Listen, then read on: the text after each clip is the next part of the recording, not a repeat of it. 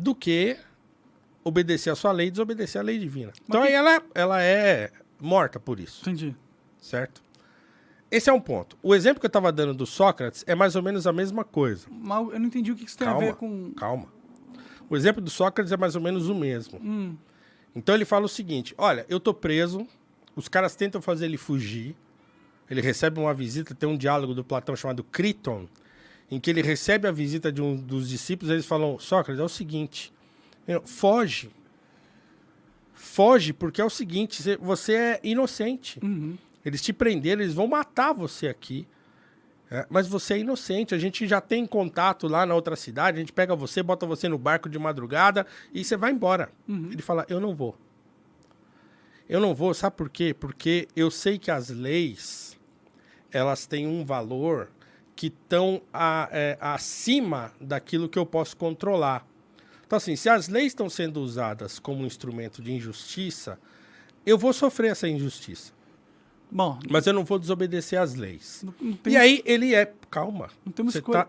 É que você já contou essa história 2 vezes pra mim no podcast. Você já. tá ansioso. Mas quem tá assistindo a gente pode não ter ouvido. Mas você tá conversando comigo, não O fato é que Platão, essas histórias todas vão permear a cultura, a cultura do Ocidente, e vão, inclusive, dar diretrizes para a Constituição do Direito. Então, há leis que não são escritas.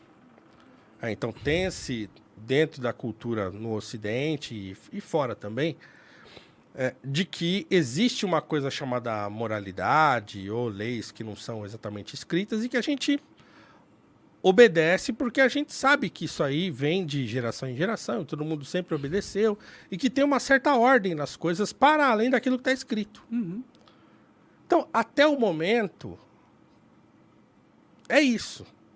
Então, assim, tem um dispositivo lá na Constituição que diz que eu posso falar tudo o que eu quiser. Absolutamente tudo o que eu quiser.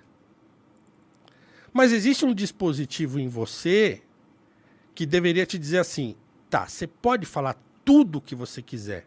Mas você quer falar tudo? Mas tem coisa que não convém você dizer. Sim, claro. Certo? Então, assim, por que não convém eu dizer? Porque você pode causar constrangimento, você pode levar o outro a errar, você pode ter um monte de consequências que pode acontecer se você resolver ser e dizer tudo aquilo que der na sua telha. Porque a lei assim te permite, a lei escrita, certo? Então, aí a gente entra no impasse.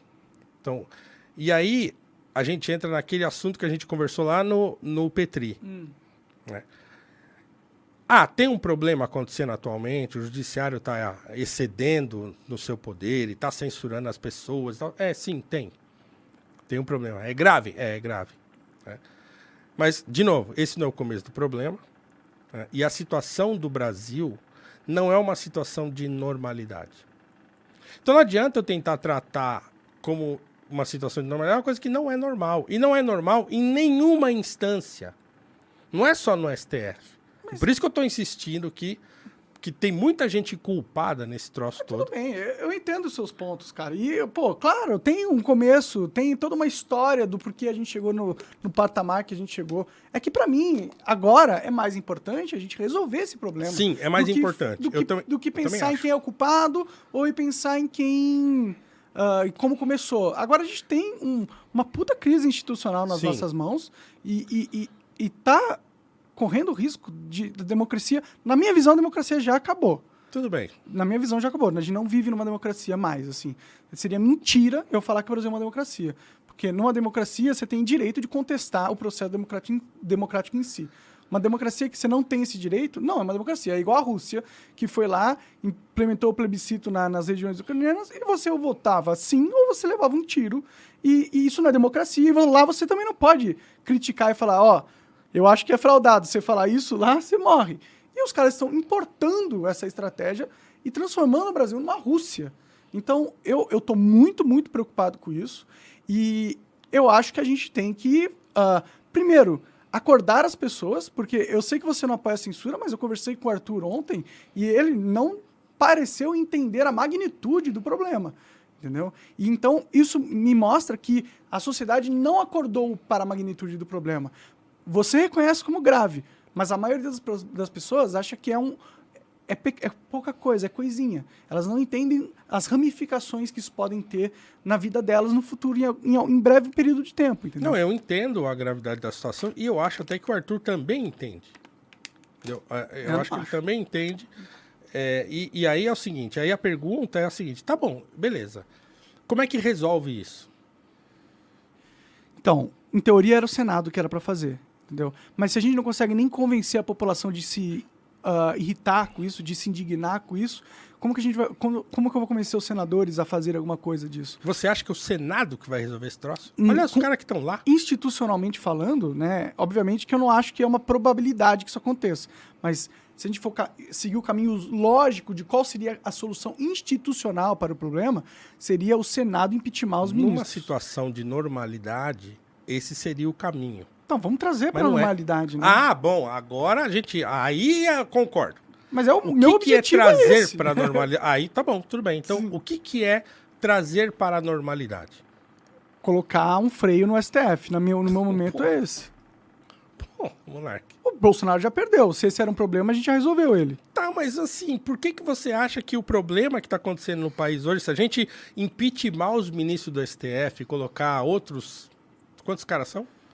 São 12. 12. E botar outros 12 lá, você acha que o problema vai resolver? Eu acho que Você tem essa ilusão mesmo? Eu acho que quando você vê o teu amigo perdendo o cargo vitalício que ele tem porque ele excedeu, você vai ficar com mais cu na mão de fazer merda e perceber que a sociedade é quem manda. Eu acho que deixar o Lula eles... foi solto e foi eleito. Por eles! E por que você acha que Aí outros você entende 12... por que eu entendo que a galera tá puta lá nos quartéis. Você entende por que ela Não, tá cara, puta. mas aí... Então a gente tá numa ditadura. Mas o A gente tá problema numa é que ditadura, você acha caras que tão se pensando em trocar medidas aqueles extremas. caras lá, resolve. E não resolve, velho, porque o problema não é esse. Então qual que é o problema? Como que a gente resolve? Então, o problema é muito mais grave, é muito mais profundo do que o STF é a ponta do iceberg. O Bolsonaro é a ponta do iceberg. E quem que é o iceberg? Não, o iceberg é o país. O iceberg é o... Não, o país é o Titanic, cara. É. Pois é, verdade.